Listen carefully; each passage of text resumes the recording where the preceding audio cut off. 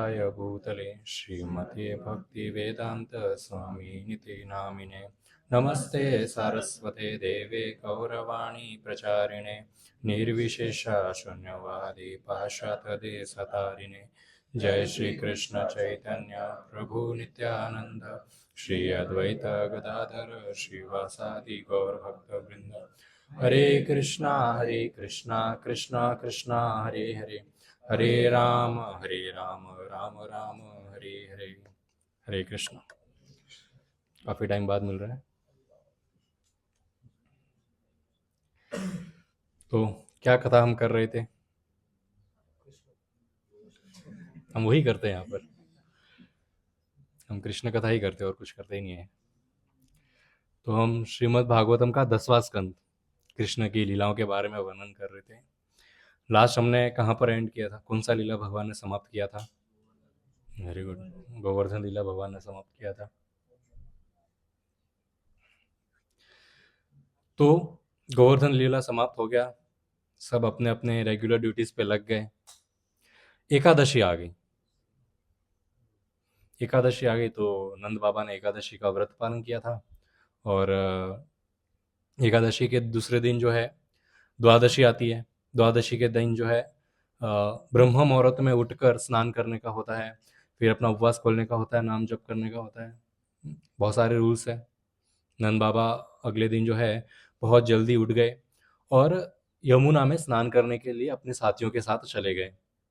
अब नंद बाबा राजा है तो पहले वो एंटर करेंगे, फिर बाकी सब एंटर करेंगे।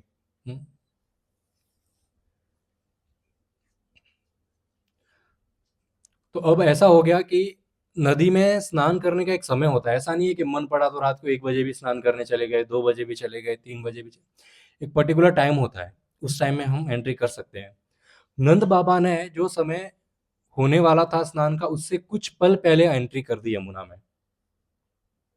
अब दूसरे लोग देख रहे हैं नंद बाबा ने यमुना में एंट्री करी, यमुना के अंदर से कुछ प्राणी आए, नंद बाबा को खींचकर अंदर लेके चले गए। अब सब ब्रिजवासी वहां पर खड़े हैं, नंद बाबा के साथी है वो खड़े हैं, बड़े चंबित हो गए, बोले ये क्या हो गया। चिल्लाना शुरू कर दिया। वहां से कोई अपने घर गया, वहां पर बताया कि नंद बाबा को कोई लेकर चला गया है।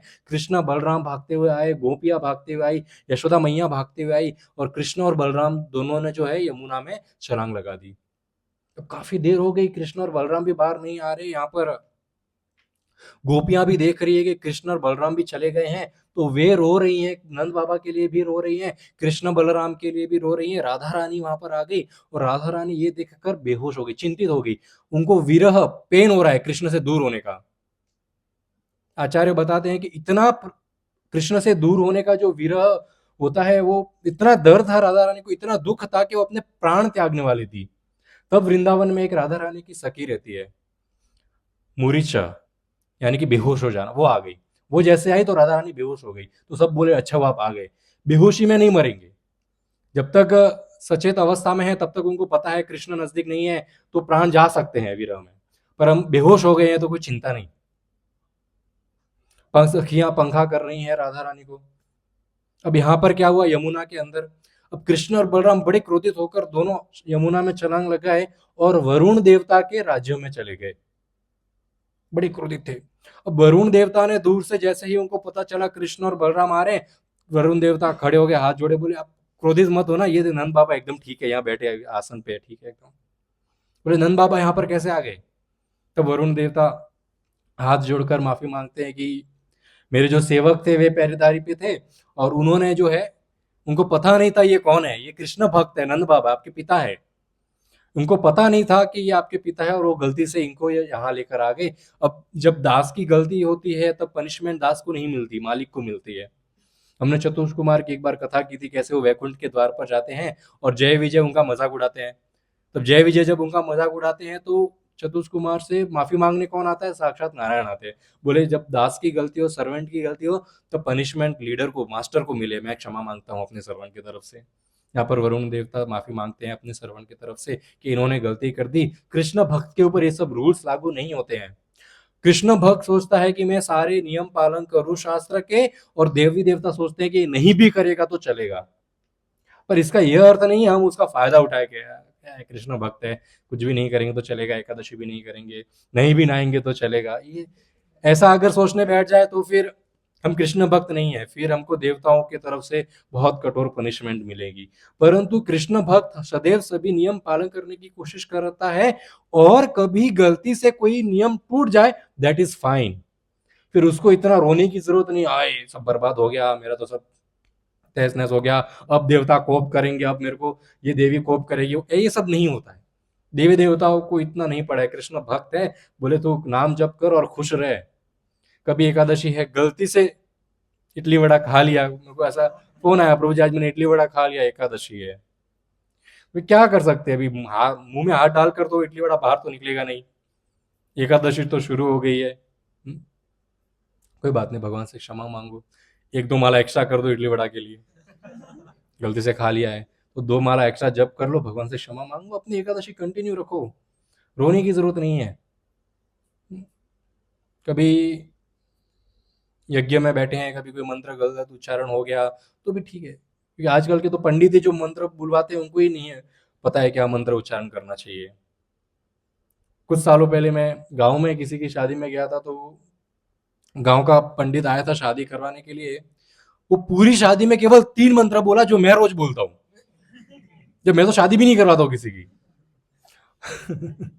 हम आचमन लेते हैं ना भगवान को पूजा करने, ओम केशवाय नमः, ओम नारायणाय नमः, ओम माधव, वो 3 ही मंत्र कंटिन्यू बोले जा रहा है और वो फेरे ले जा रहे, होगी शादी। मैंने बोला यही करना था तो मेरे को बुला लेते, मैं तो ज्यादा पैसा भी नहीं लेता शादी करवाने के, तो बहुत कॉमन है। तो कभी कभी पंडित जो ये कहते हैं कि हम पंडित हैं, हम ब्राह्मण हैं, उनको ही पता नहीं होता है उनको क्या मंत्र उच्चारण कहाँ करना है। ऐसे लोगों को पाप भी लगता है, ये गलत कर रहे हैं, ये सही नहीं है। और एक जगह मैंने वीडियो में देखा, एक शादी हो रही है, वहां पर केवल हरे कृष्ण महामंत्र जप हो रहा है और शादी हो गई। ये शादी की मान्यता कहीं गुना ज्यादा है उस शादी की मान्यता में जहां पे ब्राह्मण को ही पता नहीं वो क्या बोल रहा है, क्योंकि सारे वेदों का जो अर्थ है वो है कृष्ण प्रेम। तो भी हम आगे स्टोरी में देखेंगे कैसे कि वेद और कृष्ण, लोग कहते हैं ना वेदों में तो लिखा ही नहीं है नाम जप करो, वेदों में तो लिखा ही नहीं है कृष्ण भगवान है, फिर आप क्यों बोलते हो? तो उसके लिए हमको पुराण पढ़ने पड़ेंगे, स्टोरीज पढ़नी पड़ेंगी, क्योंकि हम वेद तो पढ़ते हैं नहीं। अब यहाँ पर वरुण देवता बोलते हैं कि कोई गलती नहीं है, हमको क्षमा करो। वरुण देवता कृष्ण बलराम को भी आसन पर बिठाते हैं, उनकी बहुत अच्छी स्तुति करते हैं, पूजा करते हैं, और सबको वापस जो है थोड़ी देर बाद यमुना के बाहर छोड़ देते हैं। नंद बाबा आए, कृष्ण बलराम आए, सब देखकर बहुत खुश हुए। नंद बाबा आए पर सब लोग कृष्ण के लिए ज्यादा खुश है, कृष्ण को चूम रहे हैं, कृष्ण के ऊपर हाथ घुमा रहे हैं। राधा रानी ने आंखें खोली और आचार्य बताते हैं राधा रानी की डीप ब्लू आईज है, एकदम डार्क है, ब्लैक के जैसे। वो इतनी डार्क क्यों है? क्योंकि वो सदैव अपने आंखों में केवल कृष्ण को ही देखती है, और कृष्ण का रंग कैसा है? ब्लैकिश। बस वैसे ही राधा रानी की आंखें हैं। कृष्ण का जो रंग है वो राधा रानी की आंखों का रंग है, और राधा रानी का जो स्वर्ण गौरांगी नाम है उनका, जो गौर वर्ण है राधा रानी, शरीर मॉल्टिन गोल्डन के जैसा है, वो गोल्ड रंग है कृष्ण की आंखों का, क्योंकि वो सदैव राधा रानी को ही देखते हैं।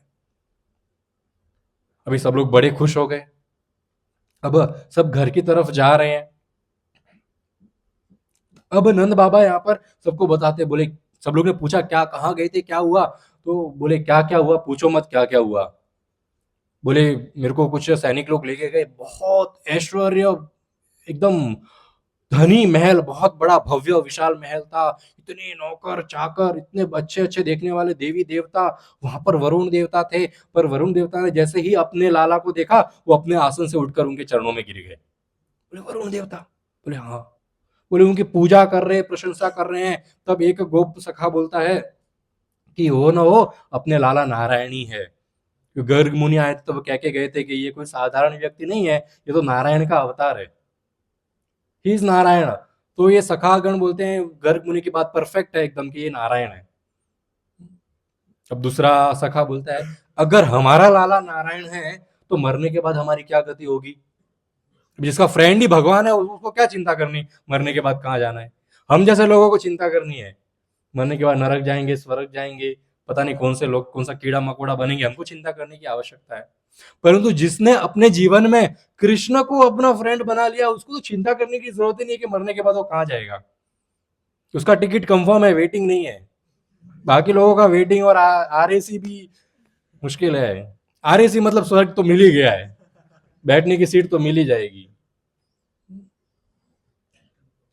तो अभी सब आपस में चर्चा कर रहे हैं कि मरने के बाद हमारी गति क्या होगी यदि हमारा लाला नारायण है तो।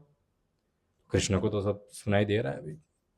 कृष्ण के कान बड़े तेज है, इतने तेज है कि भगवान गोलोक में बैठे हैं और इस पृथ्वी पर चलती हुई जो चींटी है उस चींटी के पैरों में यदि पायल बांध दी जाए उसके साइज के हिसाब की, और वो पायल जब बजे भरी भरी बाजार में भी वो जब पायल बजती है ना वो भी कृष्ण सुनते हैं। इतना पावरफुल हियरिंग पावरफुल है कृष्ण का, दैट इज कृष्ण। फिर हमारी प्रार्थना तो क्यों नहीं सुनेंगे। तो कृष्ण ने सुन लिया कि ये बात कर रहे हैं मरने के बाद क्या होगा। तो अब ये सब जब घर की ओर जा रहे थे तो मथुरा और कृष्ण के बीच में एक अक्रूर घाट आता है। अभी वो अक्रूर घाट का दूसरा नाम है ब्रह्म हृदय। अक्रूर लीला अक्रूर घाट क्यों है, क्योंकि जब अक्रूर कृष्ण बलराम को लेके जाते हैं तो ये घाट पर उन लोग स्नान करते हैं, संध्या वंदन करते हैं, तब से उस घाट का नाम अक्रूर घाट पड़ा है। परंतु अभी तक ये लीला हुई नहीं है, तो अब इस घाट का क्या नाम है, ब्रह्म हृदय। यहाँ पर कृष्ण अपनी शक्ति से सब ब्रजवासी जो होते हैं उनको ब्रह्म ज्योति में लेके चले जाते हैं। अब सब ब्रह्म ज्योति में है, सारे दुखों से सबको मुक्ति मिल गई है, कोई दुख नहीं, कोई सुख नहीं, कोई पाप नहीं, कोई कर्म नहीं, सब ब्रह्म ज्योति में लीन हो गए हैं। यहाँ पर भी जब हम नए नए आते हैं, सब ज्ञान सुनते, कथा सुनते हैं, तब पूछा जाता है कि आपको क्या लगता है मरने के बाद सबसे बड़ा मोक्ष, मोक्ष का अर्थ क्या है। तो लोग बोलते हैं मोक्ष का अर्थ है ब्रह्म ज्योति, जो तेज रोशनी है उसमें लीन हो जाना। ये तो फर्स्ट स्टेप है, वेलकम टू नर्सरी। ये नर्सरी का ज्ञान है, इतना तो पता चला एबीसीडी क्या है। अभी सब लोग वहां पर बहुत पीस है, वहां पर ब्रह्म ज्योति में आराम है, कोई सेवा नहीं है, कोई इंडिविजुअल आइडेंटिटी लोगों की खत्म हो जाती है वहां पर इनफैक्ट। अब ये सब वृजवासी सोच रहे हैं यहाँ पर इतनी शांति है, पर वो क्या सोच रहे हैं, लाला किधर है, कृष्ण किधर है। यहाँ पे तो कृष्ण नहीं है, ब्रह्म ज्योति में कृष्ण नहीं होते, ब्रह्म ज्योति में सब शांति होती है सिर्फ। बोले कृष्ण कहाँ है, लाला कहाँ है। तब कृष्ण को पता चलता है मेरे बिना नहीं रहेंगे, तो उनको ब्रह्म ज्योति से एक लेवल ऊपर वैकुंठ लेकर जाते हैं।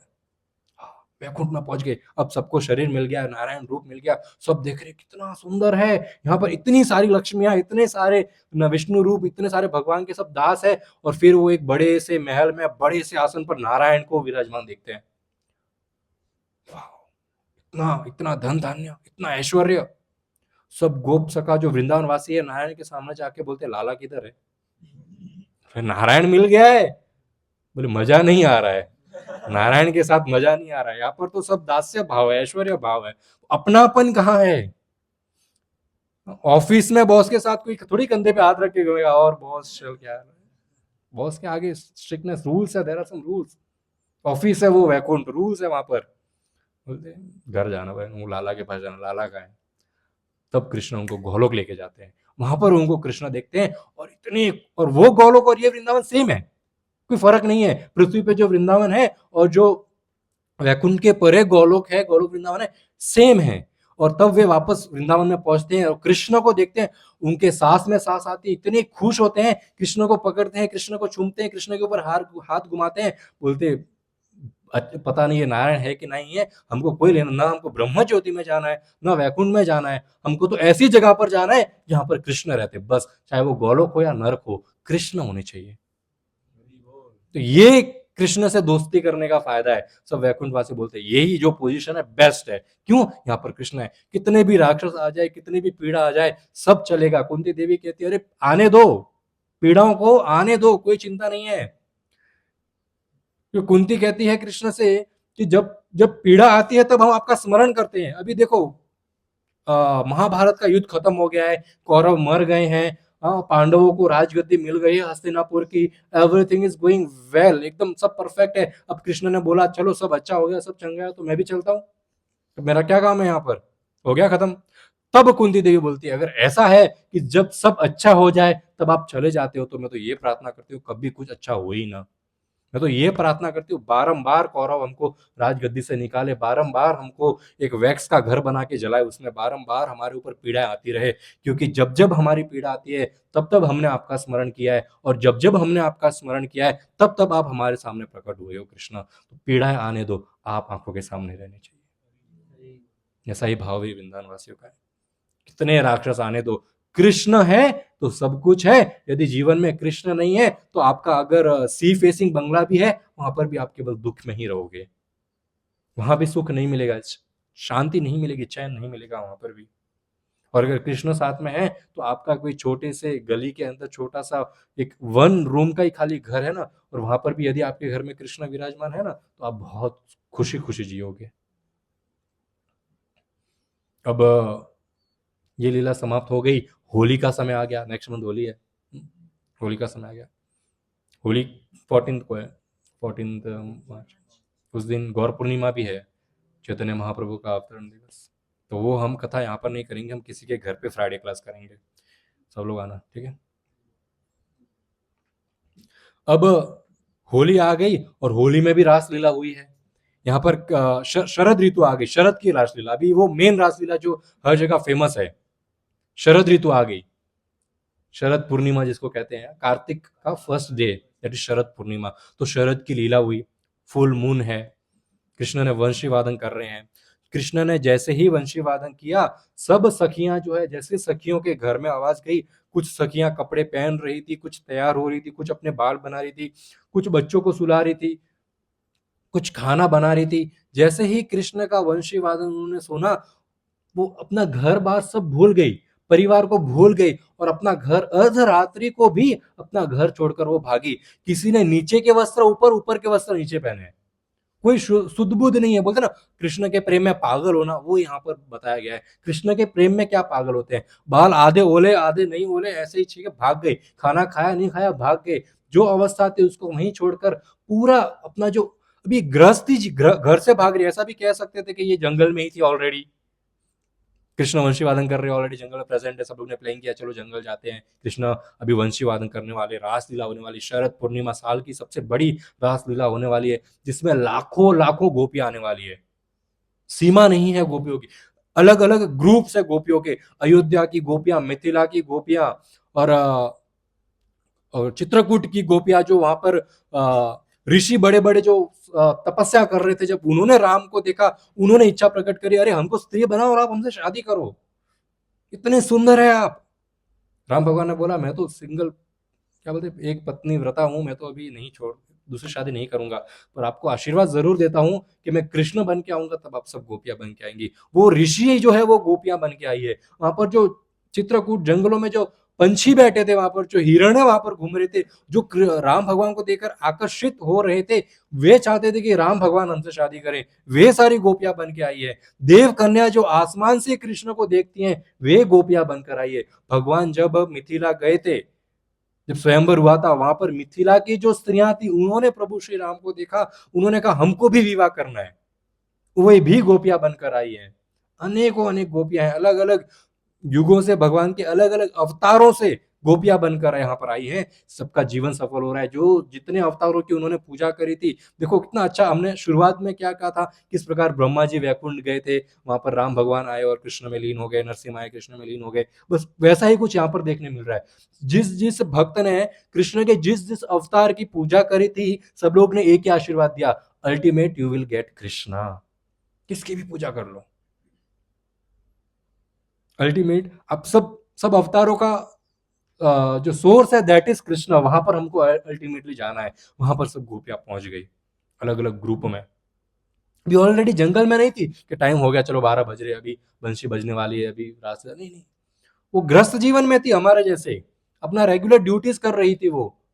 और प्लानिंग करके तो कोई भी कृष्ण से प्रेम कर सकता है, पर अनप्लैंड जो होता है ना कृष्ण से प्रेम, दैट इज बेस्ट। यहाँ पर कोई प्लानिंग नहीं है, ग्रस्त जीवन में बहुत बिजी है, बंसी की आवाज, हाँ टाइम हो गया, अब भी टाइम हो गया, अपने रेगुलर ड्यूटीज में। और गृहस्थी का ही क्यों बताया यहाँ पर, क्योंकि जीवन में सबसे बड़ी आसक्ति होती है गृहस्थी जीवन में।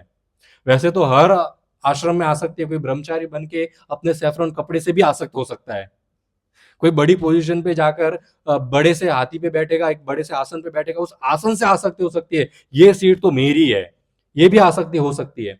आसक्ति अनेक तरीके की है, परंतु गृहस्थ जीवन में पति की आसक्ति, अपने बच्चों की आसक्ति, परिवारजनों की आसक्ति सबसे कठिन आसक्ति होती है। बोलते अंधा कुआं है ये, जिसमें मुंह के बल गिरते हैं लोग, ये गृहस्थ जीवन ऐसा है।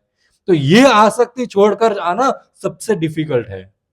कृष्ण से प्रेम करना, ये आसक्ति छोड़ सके तो कृष्ण का प्रेम प्राप्त हो सकता है। ऐसा नहीं आपको कल सब घर छोड़ के बोले छोड़ो सब घर वर, मैं तो कृष्ण नहीं। जब क्योंकि सब गोपियां जब कृष्ण के पास पहुंची ऐसी अवस्था में, कृष्ण ने कहा किसने बुलाया आपको, जाओ घर जाओ। गोपियां बोलती जा ही नहीं सकते, मर जाएंगे पर आपको छोड़ के नहीं जाएंगे। कृष्ण वॉज टेस्टिंग, घर जाओ। वास्तविक कृष्ण के मन में ये नहीं था सब घर पे जाओ, टेस्ट कर रहे थे। घर छोड़कर आए हैं तो डॉक्टर भी बनना है तो इतने सारे टेस्ट देने पड़ते हैं हॉस्पिटल में एंट्री करने। जो सर्जरी रूम होता है उसमें एंट्री करके चाकू उठाने आपको किसी व्यक्ति को काटना है तो वो स्टेज तक पहुंचने के लिए कितने टेस्ट देने पड़ते हैं। ऐसा ही नहीं आज मन हुआ चलो किसी को चीर फाड़ कर दूं, स्टोन निकाल दो किसी की किडनी से, ऐसा थोड़ी टेस्ट होते हैं यार। यहाँ पर कृष्ण का प्रेम प्राप्त करना है तो क्या बस मन किया कृष्ण का प्रेम है चलो 2-2 माला रोज करेंगे अंत में मरेंगे कृष्ण के पास, नहीं, it is not that simple. Test आएंगे, कभी बिजनेस में लॉस होएगा, कभी फैमिली में लॉस होएगा, कभी कोई बहुत नजदीकी जो हृदय के बहुत नजदीक है, ऐसा लगता है कि ये व्यक्ति के बिना तो मैं कभी जी ही नहीं सकता। वो कोई भी हो सकता है, माता हो सकती है, पिता हो सकती है, पति पत्नी, बच्चे, फ्रेंड, भाई बहन, कोई भी परिवार का जन हो सकता है। कब माया उसको आपसे दूर छीन ले पता नहीं। That is the test. उस अवस्था में आप कितना कृष्ण को याद करते हो वो इंपॉर्टेंट है। और वो अवस्था में यदि ये कृष्ण को याद कर दिया तो टेस्ट में पास हो गए। मेरा एक फ्रेंड है, कुछ सालों पहले वो बहुत अच्छा रोज 16 माला करता है, और कुछ सालों पहले की बात है उसको अचानक से उस गांव से उसका फोन आया कि उसकी सिस्टर की मृत्यु हो गई है। गांव में रहती थी वो, सिस्टर की डेथ हो गई है। वो गया, कोविड के बाद का ही टाइम था, सिस्टर की डेथ हो गई, वो घर गया। घर पहुंचा तब तक पता चला फादर की भी डेथ हो गई, बहन की और फादर दोनों की डेथ हो गई, और माता सीरियस है हॉस्पिटल में। वो भी अपना शरीर कभी भी त्याग सकते हैं। अभी यहाँ पर कोई एक व्यक्ति, अभी परिवारजन तो छोड़ो, कोई बेस्ट फ्रेंड है आपका जिसको आप बहुत समय से जानते हो, यदि वो भी आपको छोड़ दे, मृत्यु हो जाए, मृत्यु तो फिर भी नेक्स्ट लेवल है। किसी का फ्रेंड विदेश भी जा रहा है पढ़ाई करने के लिए तो एयरपोर्ट पे लोग रोते कितना है, माता पिता परिवार वाले रोते, बोले दूर जा रहा है पढ़ाई करने के लिए 3-4 साल, कितना वीडियोस आते हैं, मिलियंस ऑफ व्यूज लाइक्स आते हैं, इतना रोते हैं वो। तो कोई व्यक्ति यदि मर जा रहा है, कोई शरीर त्याग दिया उसने, अभी वो ऐसा नहीं है कि 4 साल बाद स्वर्ग लोक से वापस आएगा एग्जाम पढ़ाई पूरी करें, नहीं, गॉन फॉर एवर। कभी इस जीवन में तो क्या, अभी millions and millions of life में आपको वो अपना परिवार वाला कभी नहीं मिलने वाला है, और ये बहुत बड़ा दुख है जीवन में। और ऐसा हुआ, और वो व्यक्ति ने दूसरे दिन बैठ के 16 माला भी कर रहा है वो। उसने मेरे को बताया यदि मैं माला नहीं कर रहा होता तो संभव नहीं है, घर में सिस्टर की और फादर की जो मृत्यु हो गई है उसको सहन करना आसान नहीं है। ऐसी अवस्था में भी वो प्रभु श्री कृष्ण का नाम जप कर रहा था, राम का नाम जप कर रहा था। Very important. रिसेंटली मैं एक और फ्रेंड की शादी में गया था। शादी में सब लोग कितने बिजी होते हैं, इतने रिश्तेदार आते हैं, सब मिलने आते हैं, फिर भी वो जो दूल्हा है वो अपना मॉर्निंग में उठकर अपनी जो 8 माला की प्रतिज्ञा, 16 माला की प्रतिज्ञा, माला पूरी कर रहा है। घर वाले आ रहे, रेडी होना है, लेट हो रहा है, फर्स्ट माला, बाकी सब बाद में। जब तक माला कंप्लीट नहीं होगी तब तक शर्म नहीं है। शर्म किस बात की, क्या मतलब शादी करते हुए शर्म आ रही है आपको, तैयार होते हुए शर्म आ रही है, मैं शादी में जा, खुशी खुशी जाते हैं ना, भगवान का नाम जप करने में कैसे शर्म। कोई भी परिवार वाले रिश्तेदार आके भी सब बैठे देख रहे उसको घूर घूर, वो मस्त अपना नाम जप कर, हरे कृष्ण कृष्ण कृष्ण हरे हरे, हरे राम राम राम। शादियां होती रहेंगी, अरे हर जन्म में होती है शादी, हर जन्म में, हर योनि में, हर स्पीशीज में शादी होती है आप लोग की, हम सब लोग की। ऐसा थोड़ी है कि ये जन्म में मनुष्य बनने हो यहाँ पर शादी मिले फिर जिंदगी में कभी बीवी नहीं मिलेगी। कौन से जन्म में आप कुत्ते थे और आपको पत्नी मिली थी, फीमेल कुत्ता जो भी होता है। इंद्रदेव को श्राप मिला था सुअर बनने का, वो सुअर बन गए पृथ्वी लोक पर, तो उनको मिसेस सुअर मिली। तो हर प्रजाति में शादी तो होती है, और मनुष्य भी कितनी बार बने हैं, वही बैंड बाजा, वही ढोल तबला, वही बारात लेके जा रहे हैं, अलग अलग योनियों में अलग अलग। कृष्ण का नाम सिर्फ ये जन्म में मिला, ये हर जन्म में नहीं मिला होगा। तो हर जन्म में कृष्ण का नाम मिलता तो शायद ये जन्म नहीं होता, परंतु ये जन्म में कृष्ण का नाम मिला, इसको नहीं छोड़ सकते, ये बहुत इंपॉर्टेंट है। और ऐसी अवस्था में, ऐसी परिस्थितियों में भी जो कृष्ण को नहीं भूलता है, रेगुलर किसी का 1 माला का प्रण है पर वो 1 माला भी करेगा, 2 माला का सिर्फ प्रण है वो 2 माला भी करेगा, 4 माला का प्रण है तो वो 4 माला, और जिसका 16 माला का प्रण है वो 16 माला भी करेगा। क्या बहाने देंगे हम, दुकान में टाइम नहीं मिला, घर में टाइम नहीं मिला, इधर बिजी था, उधर भी, खाना खाया ना 3 टाइम, सोने के टाइम सोया ना, नेचर कॉल आया तब गया ना नेचर कॉल करने के लिए, परंतु जो वास्तविक कॉल है भगवान का वो क्यों नहीं उठा रहे हम। व्हाट्सएप भी चेक किया ना, इंस्टाग्राम भी चेक किया ना, पोस्ट भी किया ना, सब करने को टाइम है, परंतु फिर नाम जप करने को टाइम क्यों नहीं है। हम इतना लाइटली लेते हैं नाम जप को, बोलते क्या है आज नहीं तो कल कर देंगे, कल नहीं तो परसों, नाम जप ही तो है, माला इधर ही लटक रही, कहाँ जाने वाली किधर, माला कहीं नहीं जाएंगी, माला तो आपके जाने के बाद भी यही लटकती रहेगी, आप चले जाओगे पता नहीं चलेगा। इसलिए जो नाम जप करता है बिना रुके एवरीडे नाम जप करिए, और जो नहीं करता है आज से प्रण लीजिए कि मैं रोज 1 माला तो करूंगा ही करूंगा। Very important. धंधा यूं ही चलता रहेगा, धंधे में फुल ध्यान दो, पैसे कमाओ, शादी भी होती रहेगी, करते रहो, 1 नहीं तो 2 होगी, 2 नहीं 3 होगी लोगों की। यहाँ किसी किसी की पहली शादी नहीं हो रही है, वहां मेरे फ्रेंड की दूसरी शादी आज, अरे बहुत होते, ये सब चलती रहेगी। माला ही कृष्ण नाम इज इंपॉर्टेंट। कृष्ण नाम जब नहीं किया तो फिर क्या किया। यहाँ पर शरद पूर्णिमा की रास लीला शुरू हो गई, लाखों लाखों गोपियां और हमारे लाला एक, परंतु नृत्य हो रहा है, वंशी वादन हो रहा है, इंस्ट्रूमेंट्स बज रहे हैं, और बहुत सर्कल्स बने हुए, बीच में कृष्ण और राधा रानी है, फिर 8 सखियों का सर्कल है, फिर 16 सखियों का सर्कल है, फिर 32 का सर्कल है, फिर 64 का सर्कल है, फिर 128 का सर्कल है, उसके आगे आप मेरे को पता नहीं कितना होता है डबल। तो ऐसा करके बड़े बड़े सर्कल बने हैं, और अचंभे की बात तो ये, हर सखी को लगता है कृष्ण सिर्फ मेरे साथ है, हर सखी को लग रहा है कृष्ण मेरे साथ नृत्य कर रहे हैं, बाकी सब कहीं नहीं है कृष्ण। ये कृष्ण के बारे में लोग बोलते हैं ना, कृष्ण की तो इतनी सारी गर्लफ्रेंड्स थी, मैं भी तो 2-3 तो रख ही सकता हूँ। तो 2-3 गर्लफ्रेंड तो बना देगा, खुद 2-3 में कैसे कन्वर्ट होगा, खुद तो एक ही ठहरा। गर्लफ्रेंड के पास गया, बीवी को पता चला तो पीटेगी, गर्लफ्रेंड को पता चला ये मैरिड है तो गर्लफ्रेंड पीटेगी। कृष्ण के साथ तो ऐसा नहीं होता ना, कृष्ण तो लाखों गोपियां हैं तो कृष्ण खुद के शरीर से लाखों रूप निकालते हैं, और सब गोपियों के साथ नृत्य कर रहे हैं, और अचानक से सब गोपियों के आंखों के सामने से कृष्ण गायब हो जाते हैं। किसी एक गोपी को भी नहीं मालूम कृष्ण कहाँ है, वो मेरे सामने भी नहीं है। अब सब परेशान हो गए, बोले कहां चले गए। तो सबको घमंड हो रहा था ना, कृष्ण मेरे साथ है, मेरे साथ कृष्ण नृत्य कर रहा है। हम भी कीर्तन में जाते हैं तो प्रभु जी कीर्तन में आते हैं, तो जिस ग्रुप में प्रभु जी थे सब घुसते हैं उस ग्रुप में, सर्कल में, मैं प्रभु जी का हाथ पकड़ के कीर्तन करूंगा, मैं प्रभु जी के साथ, होता है ना, फिर प्रभु जी 2 सेकंड वहां से दूसरे ग्रुप में चले जाते हैं, फिर सब ढीले ढाले पड़ जाते हैं। बस यहाँ पर इनके प्रभु जी गायब हो गए, कृष्ण गायब हो गए। अब सब सखियां चिंतित हो गई, कहाँ गई कृष्ण, ढूंढो ढूंढो कृष्ण को ढूंढो। अब वृंदावन में कृष्ण को कैसे ढूंढते थे लोग, बोलो कैसे ढूंढते थे कृष्ण को वृंदावन में लोग।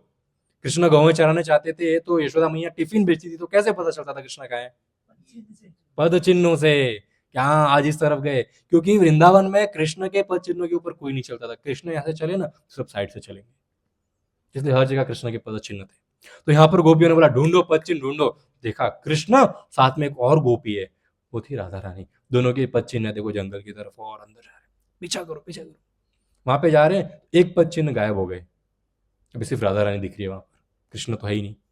तो राधा रानी रो रही है, बोली कृष्ण कहाँ गए, बोले पता नहीं, ढूंढो कृष्ण कहाँ है। तो सब वीरम में इतना रोने लगी, गोपियां इतना रोने लगी, और जाकर चिड़िया पंछी है वहां पर, पंछियों से, हिरण है, हिरणों से पूछ रही है कि आपने कृष्ण को देखा क्या, आपने कृष्ण को देखा क्या। और कृष्ण को ढूंढते ढूंढते जो है वो आ गई यमुना के किनारे। अब यमुना के किनारे आ गई, कृष्ण के वीर में रो रही है, तब वे गोपी गीत गाती है,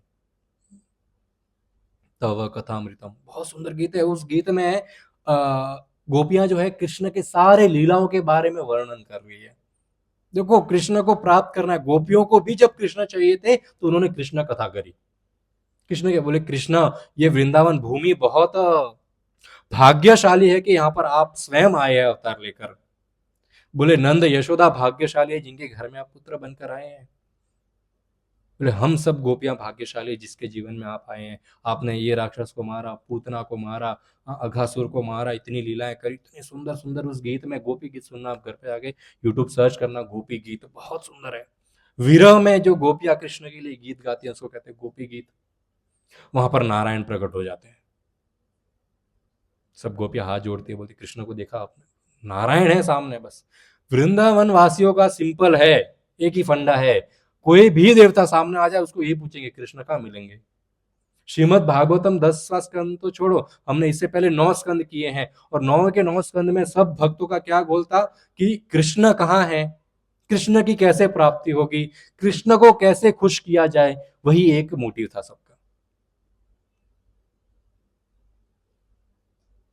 तो फिर कृष्ण नारायण सामने थे, नारायण गोपियां चलने लगी, बोले आप नहीं चाहिए, हमको तो कृष्ण चाहिए। तब वो नारायण कृष्ण का रूप ले लेते, यानी कृष्ण ही नारायण बन के आए थे वापस। दो भुजाओं वाले जो चतुर्भुज में नारायण थे, वो दो भुज वाले जो है कृष्ण बन जाते हैं। तब सबकी सांस में सांस आती है। तो गोपियां पूछती है आप क्यों हमको छोड़ के चले गए थे। कृष्ण कहते हैं कि मैं आपको छोड़कर नहीं गया था, केवल आपका जो प्रेम है मेरे प्रति उसको और प्रगाढ़ करना था, इसलिए मैं केवल यहाँ से अदृश्य हो गया था। गोपियों को हाथ जोड़कर कृष्ण कहते हैं don't think ill of me, मैं कभी भी आपको नहीं छोड़ सकता। गोपियों को कहते हैं आपका जो प्रेम है उसका रिपे में I can't repay the depth, ये जो पे नहीं कर सकता मैं इसको रिपे, आपका जो प्रेम है उसका कुछ दे ही नहीं सकता इसके बदले में। भौतिक संसार के प्रेम जो आपको मिलता है लोगों को बदले में कुछ चाहिए। बर्थडे में यदि आपको बहुत सारे विशेष मिल रहे हैं तो समझ जाओ पार्टी भी चाहिए उनको। यदि कोई 500 का केक लेके जा रहा है तो 5,000 का उनको खाना भी खाना है होटल में, फिक्स है। यदि शादी में भी नोतर भी इसलिए घालता है ताकि हमारे घर में शादी हो तो रिटर्न भी आए वापस। इनफैक्ट शादी रिसेप्शन में जो भेज जाती है शगुन, वो देने के पहले घर पे डायरी चेक होती है, हमारी शादी में कितने आए थे, उससे 1 रुपया ज्यादा नहीं होना चाहिए। फैक्ट है, ये रूल है। भौतिक संसार का प्रेम ऐसे ही चलता है। You scratch my back, I scratch your back. आप मेरी पीठ खुजाओ, मैं आपकी पीठ खुजाऊंगा। सिंपल फंडा है। ये भौतिक संसार का प्रेम है। घर पे इज्जत मिलेगी यदि पैसा कमा के लाया तो, वरना घर का लड़का और घर का कुत्ता एक बराबर होता है। पैसा है तो इज्जत है। एक हाथ से देना, एक हाथ से लेना, सिंपल है। यहाँ पर वृंदावन में ऐसा नहीं है। कृष्ण का प्रेम ऐसा नहीं है, कृष्ण आप मेरी ये इच्छा पूरी करो 11 रुपए की प्रसाद चढ़ाऊं, ये सब यहाँ नहीं चलता है। कृष्ण है यार, नौकर थोड़ी है 11 रुपया जा मेरे लिए मार्केट से कोई सामान लेके आइए, क्या बात हुई। Is not servant of you, are the servant. और ये सर्वेंट बनने में फायदा ही फायदा है। कृष्ण बोलते हैं कि कृष्ण इस पृथ्वी पर इस धरती पर जो है 148 ईयर्स तक रहे थे। कृष्ण कहते हैं कि 148 ईयर्स छोड़ो, यदि ब्रह्मा जी की जो पूरी आयु है ना, वो पूरी आयु भी मैं ले लूं तो भी मैं आपका प्रेम रिपे नहीं कर सकता, मैं ये डेप्थ जो है चुका नहीं सकता। गोपियों को कहते हैं आपका जो प्रेम मेरे प्रति है वो सर्वोत्तम है, सबसे उच्च लेवल का है, कभी भी इसको मैं रिपे नहीं कर सकता। इनफैक्ट इस प्रेम को और प्रगाढ़ करने के लिए मैं आपके सामने से गायब हुआ। कैसे, ऐसे कृष्ण के गायब होने से प्रेम कैसे प्रगाढ़ हो सकता है। इसका श्रीमद् भागवतम में एक स्टोरी आती है वृत्रासुर की। वृत्रासुर कहते हैं अहम हरे तव पादैक मूल दासानुदासो भविता अस्मि भूयः।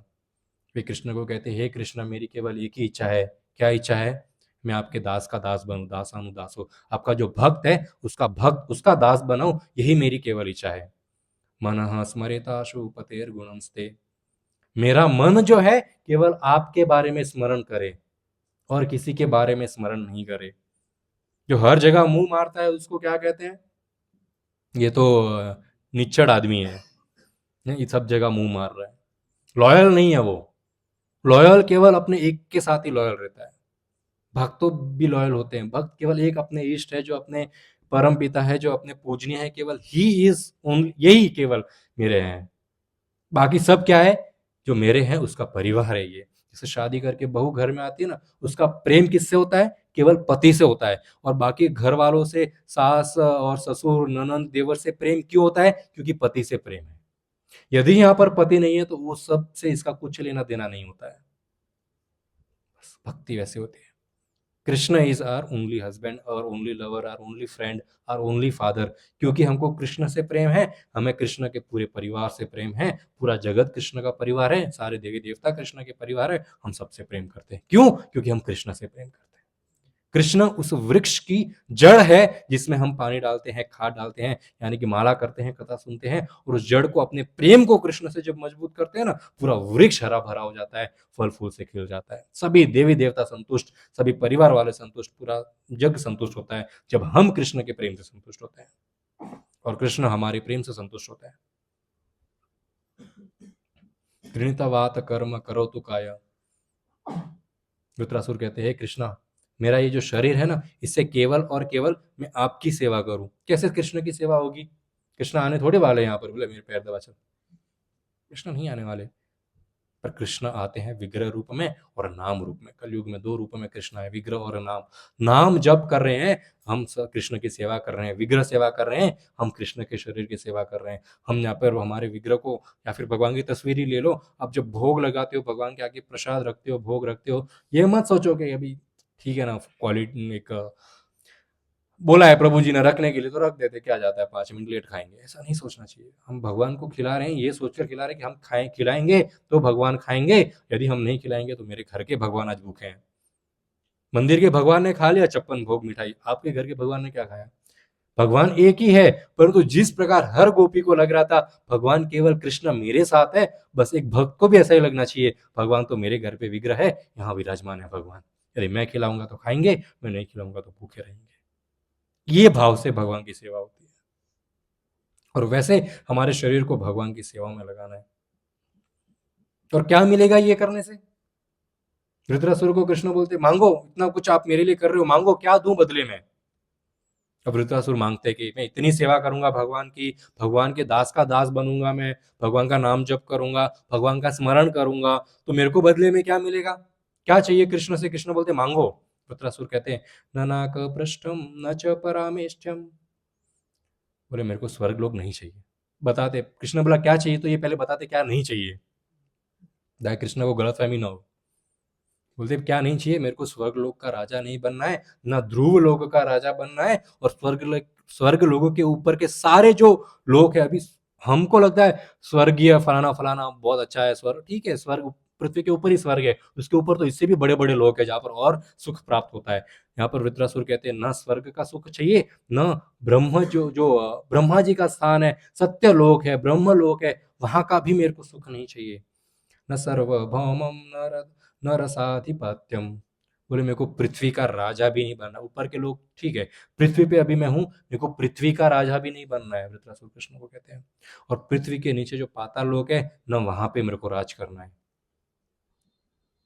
न योगा सिद्धिर अपुनर्भवम वा। बोले मेरे को कोई सिद्धि नहीं चाहिए, क्योंकि लोग तपस्या करते हैं सिद्धि प्राप्त करने के लिए, सालों साल ध्यान में बैठे रहते, क्या सिद्धि? कुछ अपना रूप बदल दिया, कुछ इंसान से गधा बन गया, गधे से घोड़ा बन गया, घोड़े से स्त्री बन गया, ऐसा लोग रूप चेंज करते, सिद्धियां होती है। हाँ, लोग, आपको क्या लगता है तांत्रिक वगैरह क्या है? ये सब सिद्धियां हैं, उनके पास पावर है, वो किसी को भी नष्ट कर सकते हैं, किसी को भी बचा सकते हैं, किसी के साथ कुछ भी कर सकते हैं वे, सिद्धियां ये सब। वृतासुर कहते हैं मेरे को ये सब सिद्धियां नहीं चाहिए। समंजस्व विरह आकांक्षे। मेरे को तो केवल एक ही आकांक्षा है। क्या आकांक्षा है? हे कृष्ण, आपके विरह भाव में सदैव रहूं मैं। विरह भाव, ये विरह भाव कौन सा है? जिसमें कृष्ण सामने नहीं होते। यहां पर कृष्ण सामने खड़े, कृष्ण इज लाइक, अरे मैं हूं सामने, फिर भी मेरा विरह प्रेम क्यों मांग रहा है? मैं सामने खड़ा हूं, अब मुझसे प्रेम कर, आदान प्रदान कर, नहीं क्या चाहिए, आप यहां से चले जाओ, फिर मैं आपसे प्रेम करूंगा। ऐसा कैसा प्रेम है? तब हमारे आचार्य बताते हैं, जब मिलन का प्रेम होता है कृष्ण से, तो कृष्ण केवल सामने होते हैं। जब विरह का प्रेम होता है कृष्ण से, तो कृष्ण हर दिशा में होते हैं। विरह के प्रेम में भक्त कृष्ण को हर जगह देखता है। अपने मित्र के हृदय में भी कृष्ण बैठे हैं, विग्रह में भी कृष्ण बैठे हैं, जल में भी कृष्ण, प्रसाद में भी कृष्ण, हर जगह वो कृष्ण का स्मरण कर रहा है। वो बिजनेस भी कर रहा है तो इसीलिए ताकि अच्छे पैसे कमाकर कृष्ण की सेवा कर दे। ये है विरह भाव। ये विरह भाव का जो प्रेम है वो सर्वोत्तम है। यहाँ पर कृष्ण गोपियों को ये बता रहे कि देखो मैं क्यों गायब हुआ, ताकि विरह में आपका प्रेम मेरे लिए और प्रगाढ़ हो जाए। बहुत खुश हो गए। और इस प्रकार जो है ये लीला जो है कृष्ण की ये समाप्त हो गई, रास लीला जो है शरद पूर्णिमा की ये समाप्त हो गई। अब ये लीला समाप्त हो गई। एक बार ऐसा हुआ कि नंद बाबा अपने साथियों के साथ अंबिकावट गए। अंबिकावट आपने सुना है कथा? एक राजा हुए थे, वो अंबिकावट में जैसे ही एंट्री किए, इला नाम की स्त्री बन गए। ये अंबिकावट किसका है? शिव पार्वती का एरिया, शिव पार्वती का प्लेस है। तो नंद बाबा अंबिकावट गए उनका पूजा करने के लिए, उनका वर्शिप करने के लिए, वर्शिप करने के लिए गए। बहुत अच्छी उनकी पूजा हुई और सोचा नाइट स्टे ही कर लेते हैं आज। तो नंद बाबा और उनके जो सारथी थे सब, वे वहां पर नाइट स्टे करने के लिए ले गए। अभी सो रहे हैं सब, रात हो गई, सब सो रहे हैं। अब अचानक से कहीं से अजगर आ जाता है और वो नंद बाबा को निगलना शुरू कर देता है रात को। अब जैसे ही अजगर निकलना शुरू करता है, नंद बाबा की आंखें खुल जाती है, वे चिल्लाना शुरू करते हैं। जैसे चिल्लाना शुरू करते हैं, वहां के वृंदावन के जो उनके साथी सब थे, वे मशाले, लकड़ियां, पत्थर लेकर आते हैं, नंद बाबा को बचाने के लिए अजगर को मारते हैं। पर बहुत बड़ा विशाल अजगर है, उसको कुछ फर्क नहीं पड़ता। तब नंद बाबा कृष्ण और बलराम को पुकारते हैं, कृष्णा कृष्णा, बलराम बलराम बचाओ। तब कृष्ण को, कृष्ण वृंदावन में है, कोई फर्क नहीं पड़ता कृष्ण कहाँ है, क्योंकि कृष्ण तो एनीवे है, ओमनी प्रेजेंट है, हर जगह प्रेजेंट है कृष्ण। तो कृष्ण तुरंत वहां प्रकट होते हैं, अपना पैर उस अजगर के ऊपर रखते हैं और वो अजगर अपना शरीर त्याग कर वहां पर एक विद्याधर का रूप ले लेता है, जिसका नाम होता है सुदर्शन। अब ये कौन है विद्याधर? अभी विद्याधर एक देवताओं की प्रजाति है विद्याधर। तो वहां पर क्या हुआ था कि इसने एक बार गलती किसने, अंगिरा ऋषि आ गए थे। जैसे अंगिरा ऋषि आ गए तो इसने अंगिरा ऋषि का जो है अच्छे से स्वागत नहीं किया, डिसरिस्पेक्ट कर लिया। सुदर्शन ने, सुदर्शन विद्याधर जो था उसने डिसरिस्पेक्ट किया। अंगिरा ऋषि ने श्राप दे दिया कि तू अजगर बन जा। ये अजगर बनकर आ गए और कृष्ण ने उसके ऊपर अपना पैर रखा और इसका उद्धार किया। तो ये सुदर्शन विद्याधर का भी उद्धार हो गया वहां पर। अब जो है शरद ऋतु भी चली गई, विंटर्स भी चले गए, अब होली का समय आ गया। अब होली का समय आ गया तो कृष्ण और बलराम की रासलीला चल रही है होली में भी। बहुत सारी गोपियां हैं वहां पर, कृष्ण भी है एक ग्रुप के साथ, एक ग्रुप के साथ बलराम भी है। तो वहां पर एक राक्षस आता है जिसका नाम होता है शंखचूड़ा। अब ये शंखचूड़ा राक्षस कौन है? ये कुबेर का सर्वेंट है। अभी इसके अंदर दो प्रॉब्लम थी। क्या? शंखचूड़ा एक तो लस्टी था और एनवी था, काम वासना बहुत थी उसके हृदय में, लस्टी था ये शंखचूड़ा। और शंखचूड़ा एनवी था, इसको लोगों से ईर्ष्या बहुत होती थी। सुना सुना लग रहा है? We all are representative of Shankhachuda. सबसे द्वेष करना, काम वासना भरना, दूसरों को गलत भावना से देखना। यदि किसी को आप गलत भावना से देख रहे हो, किसी के बारे में बुरा विचार कर रहे हो या फिर किसी से द्वेष कर रहे हो, समझ जाओ हम शंखचूड़ा के रिप्रेजेंटेटिव या फॉलोअर्स ऑफ शंखचूड़ा। हमें शंखचूड़ा के फॉलोअर्स नहीं बनना, हमें शंकर का फॉलोअर बनना है, कृष्ण का फॉलोअर बनना है। यहाँ पर शंखचूड़ा आया, बोले इतनी सारी गोपियां हैं, ये गोपियों को किडनैप करके लेके जाने लगा। अब गोपियों को जैसे ही किडनैप करने लगा तो गोपियों ने कृष्ण को और बलराम को पुकारा जोर से, कृष्णा कृष्णा बलराम। अब कृष्ण और बलराम ने देखा, अरे शंखचूड़ा गोपियों को लेके जा रहा है। उन्होंने बड़े बड़े वहां पर लकड़ियां पड़ी थी, दोनों ने लकड़ियां उठाई और शंखचूड़ा के पीछे भागने लगे। शंखचूड़ा ने देखा जैसे ही कृष्ण बलराम बड़े बड़े वृक्ष की लकड़ियां लेकर आ रहे हैं मेरे को मारने के लिए, उन्होंने गोपियों को वहां पर ही छोड़ा और आगे भागने लग गया। तब कृष्ण ने बलराम को कहा, अब गोपियों को वापस लेके जाइए, इनको संभाल के रखिए, मैं इसको मार के आता हूँ। तब कृष्ण जाकर शंखचूड़ा और कृष्ण का वहां पर युद्ध होता है और शंखचूड़ा को मारकर शंखचूड़ा से कृष्ण एक मणि ले लेते हैं जो उसके पास होती है। और वो मणि लाकर जो है कृष्ण बलराम को एज अ गिफ्ट देते हैं, ये आपके लिए। और बलराम वो मणि जो है राधा रानी को गिफ्ट करते हैं। एक्चुअली कृष्ण किसको गिफ्ट करना चाहते थे? राधा रानी को, पर बहुत सारी गोपियां हैं वहां पर, तो प्रॉब्लम हो सकती है, बोले इसको दिया मेरे को नहीं है, क्या बात हुआ, मणि तो हमको भी चाहिए। तो बड़े भैया को दे दिया। अभी बड़े भैया तो बड़े भैया किस एक को दे सकते हैं, कोई दिक्कत नहीं, राधा रानी को दिया, सब रिस्पेक्ट करेंगे। और जैसे घर में कुछ सामान आता है तो बच्चे झगड़ते, मेरे को चाहिए मेरे को चाहिए, तो घर का जो बड़ा है उसको सामान दे देने का, वो जिसको चाहे वो देगा, तो फिर कोई कुछ बोलेगा नहीं। बलराम जी ने मणि जो राधा रानी को दे दिया, सब खुश, वेरी गुड, डन। अब एक बार ऐसा हुआ कि कृष्ण बलराम और उसके गोप सखा जो है वो जंगल में गैयों को चरा रहे थे। तो हम इतने टाइम से कथा कर रहे हैं तो हम क्या देख रहे हैं कि कुछ ना कुछ गेम्स खेलते रहते हैं इन लोग। आज बोले हम नया गेम खेलेंगे, क्या? चोर पुलिस। तो चोर पुलिस कैसे होगा पता है? एक ग्रुप पुलिस बनेगा, सैनिक बनेंगे, बच्चों का एक ग्रुप चोर बनेगा और बाकी जो बचे हुए बच्चे हैं वो भेड़ बकरी बनेंगे। चोरों का काम है भेड़ बकरी बच्चे उनको चोरी करके लेके जाना, पुलिस का काम है उसको पकड़ना। इंटरेस्टिंग गेम, हम भी बचपन में खेले चोर पुलिस। यहाँ पर एक राक्षस आता है, उसका नाम होता है व्योमासुर। बोला बड़ा अच्छा चांस है। वो एक चोर का रूप मतलब गोप बालक बन जाता है और बोले मैं चोर बनूंगा, चोर बनूंगा। ठीक है, चोर बन। बड़ा शातिर राक्षस है वो, बड़ा शातिर चोर होता है। कृष्ण के आंखों में धूल झोंक कर सब बकरियां जो बना था उनको किडनैप कर लेता है, और जो दूसरे चोर थे उनको भी किडनैप, चोर ही चोर को किडनैप कर लेता है, और जो पुलिस थे उसको भी किडनैप कर लेता है। केवल कृष्ण बचे हैं। कृष्ण बोलते ये कैसा चोर है, बकरियां भी गई, जो चोर थे वो भी गए, पुलिस भी गई। बोले अचंभे की बात है ये, पर चोर के घर में कभी चोरी हो सकती है? सबसे बड़ा चोर है वृंदावन का कृष्ण, और चोर के घर में चोरी करना तो बड़ी। एक बार हमारे घर के बाजू में पुलिस स्टेशन है, वहां पर मैंने सुना रात को चोर आके कंप्यूटर चोरी करके चले गए पुलिस स्टेशन से। और पुलिस कंप्लेंट भी किसको करे?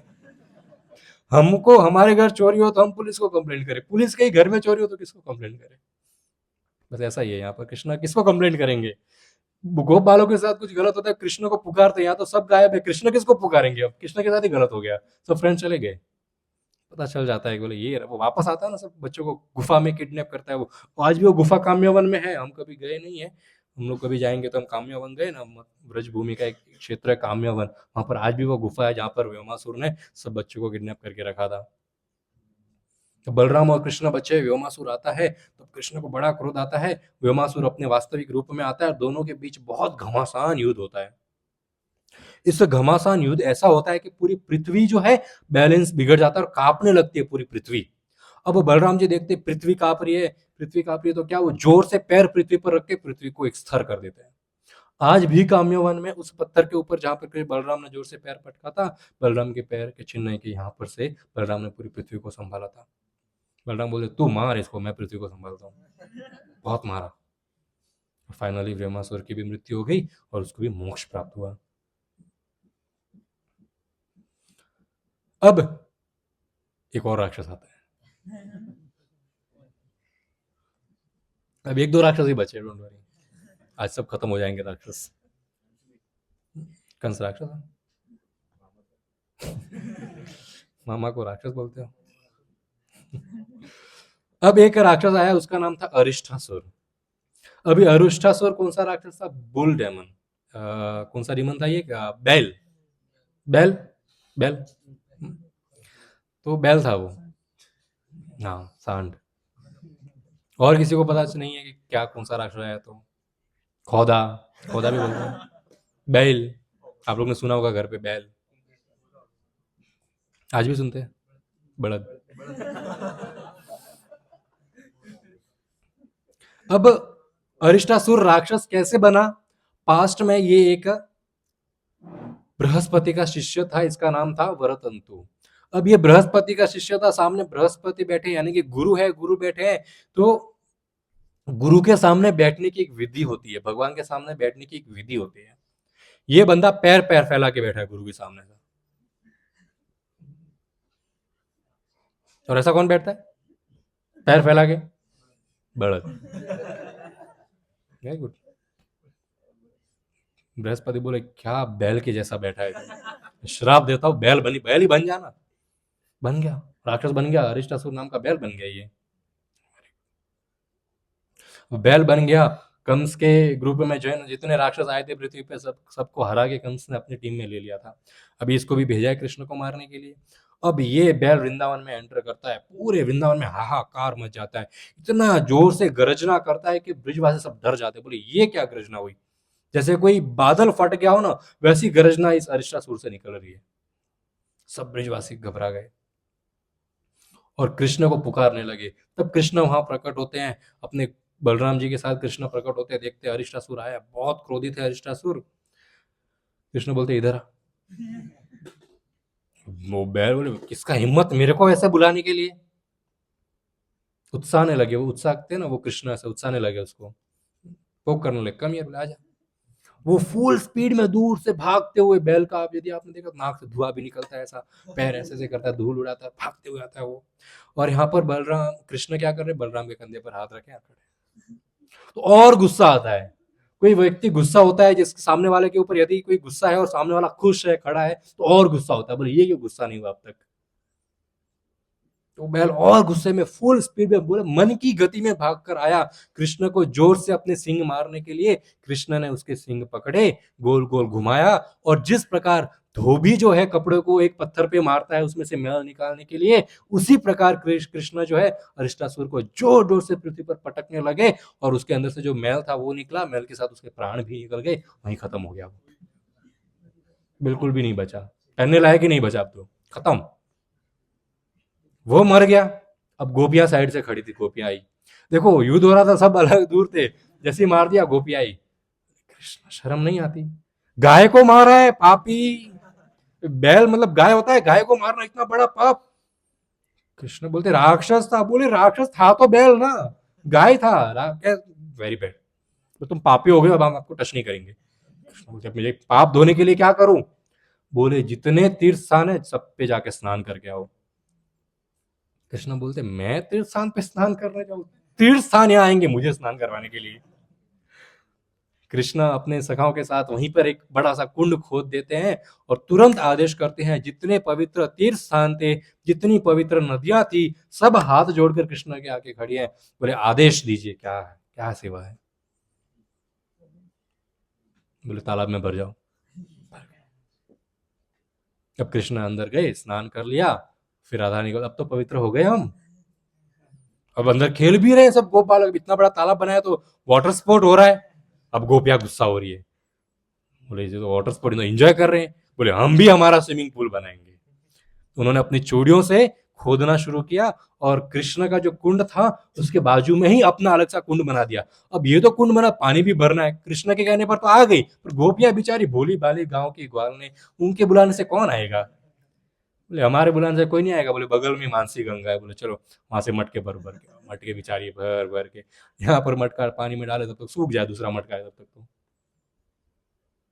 अब देखो कृष्ण की सेवा के लिए कृष्ण को जो है सारे तीर्थ स्थानों को बुलाना पड़ा, राधा रानी की सेवा के लिए राधा रानी को बुलाना नहीं पड़ा। जैसे ही सब तीर्थ स्थानों ने और सब नदियों ने देखा राधा रानी मेहनत कर रही है, सब अपनी मर्जी से राधा रानी की सेवा करने के लिए उत्पन्न हो गया, हाथ जोड़कर आप आदेश करिए आपके लिए क्या सेवा है, बुलाने की भी जरूरत नहीं है।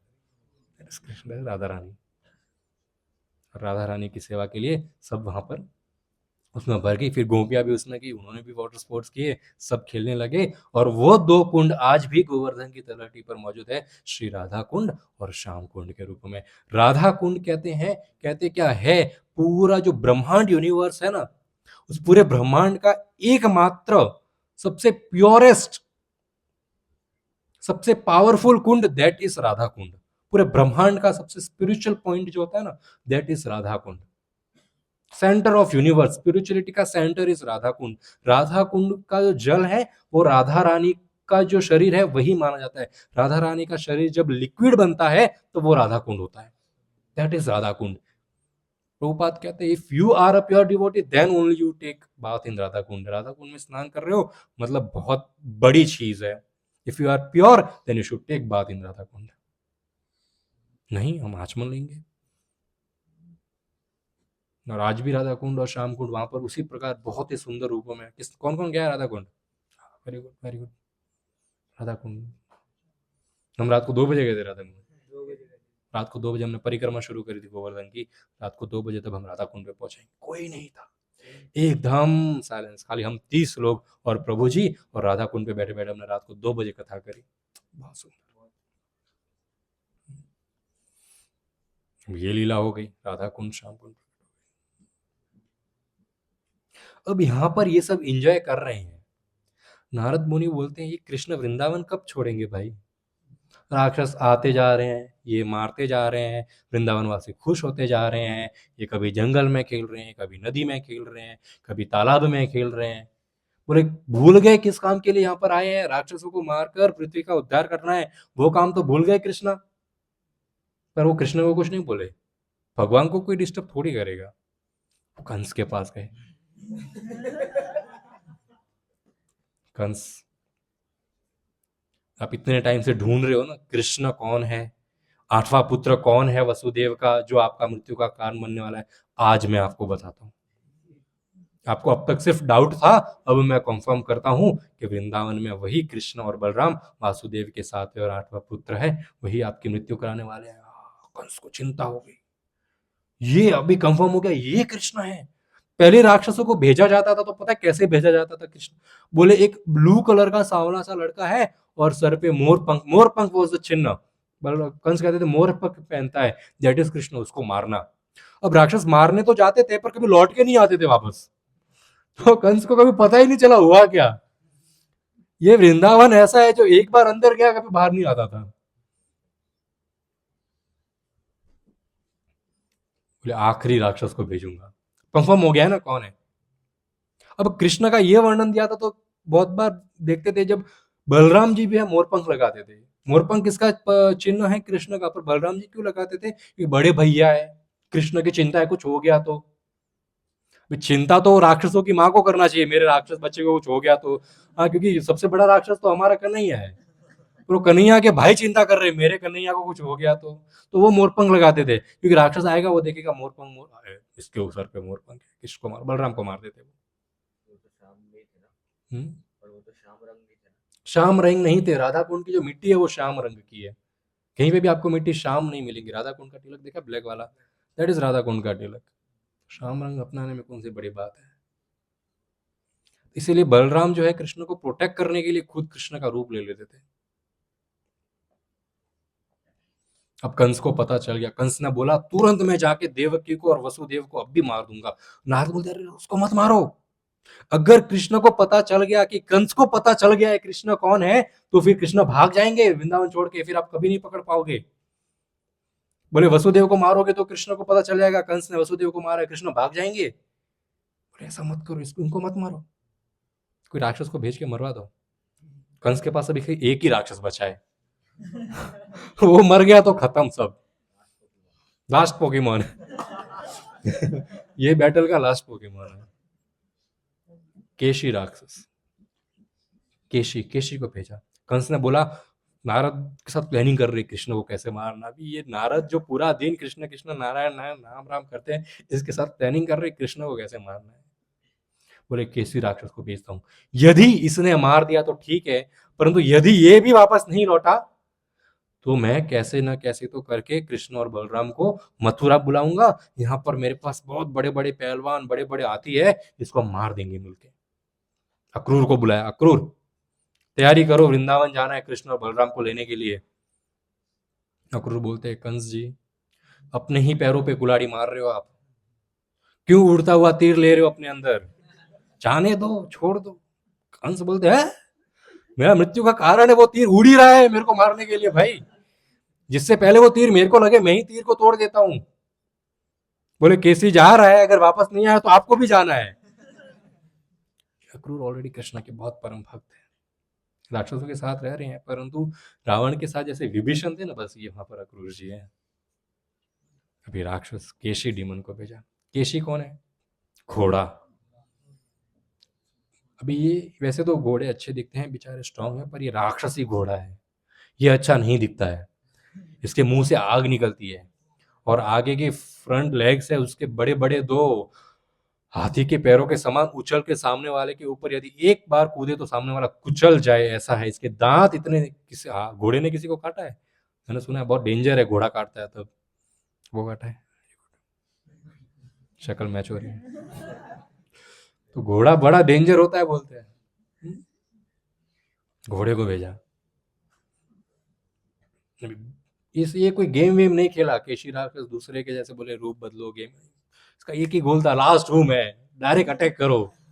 डायरेक्ट अटैक करने के लिए कृष्ण के पास फुल स्पीड में भागते हुए आया, दो पैर ऊपर किए, कृष्ण ने वो दो पैर पकड़ के घुमा के इतना दूर फेंका कि वो खुद चकित हो गया, बोले कहाँ हूं मैं, आंख खोले, बोले बहर आए हैं, इतना दूर फेंक दिया। वो और क्रोधित हो गया, अपना मुंह फाड़ा उसने, मुंह फाड़ के कृष्ण को खा जाऊंगा, नोच डालूंगा, जिंदा ही खा जाऊंगा। भागते हुए मन की गति थी कृष्ण के पास आया। अब कृष्ण के वो छोटे छोटे कोमल कोमल नाजुक हाथ, जो जब गोपियां गोप बालक वृंदावन वासी को टच करते तो ऐसा लगा था मक्खन टच हो रहा है, वही हाथ कृष्ण ने मुट्ठी बना के केशी राक्षस के मुंह में डाला और लोहे जैसा गर्म हाथ महसूस हो रहा था, जैसे कि चीर दिया हो लोहा डालकर। इतना गर्म था कि वो अंदर से ही जल के केशी राक्षस वहां मर गया। अब ये खबर पहुंच गई मथुरा के, ये भी नहीं आने वाला है। अब वास्तविक गेम शुरू होता है। अब अक्रूर जी को तैयार किया गया है कृष्ण और बलराम को लेने जाने के लिए। बहुत सुंदर जर्नी है अक्रूर की कि वो कैसे कृष्ण को लेने जाते हैं मथुरा से वृंदावन। वो भी एक सुंदर जर्नी है, किस प्रकार वृंदावन में एंटर करना चाहिए। हम वृंदावन जाते हैं, वृंदावन एंटर करने की भावना क्या होनी चाहिए, वो हम अक्रूर जी से सीखते हैं, जो हम नेक्स्ट वीक सुनेंगे। Thank you so much. शिल प्रभुपाद की जय। हरे कृष्णा।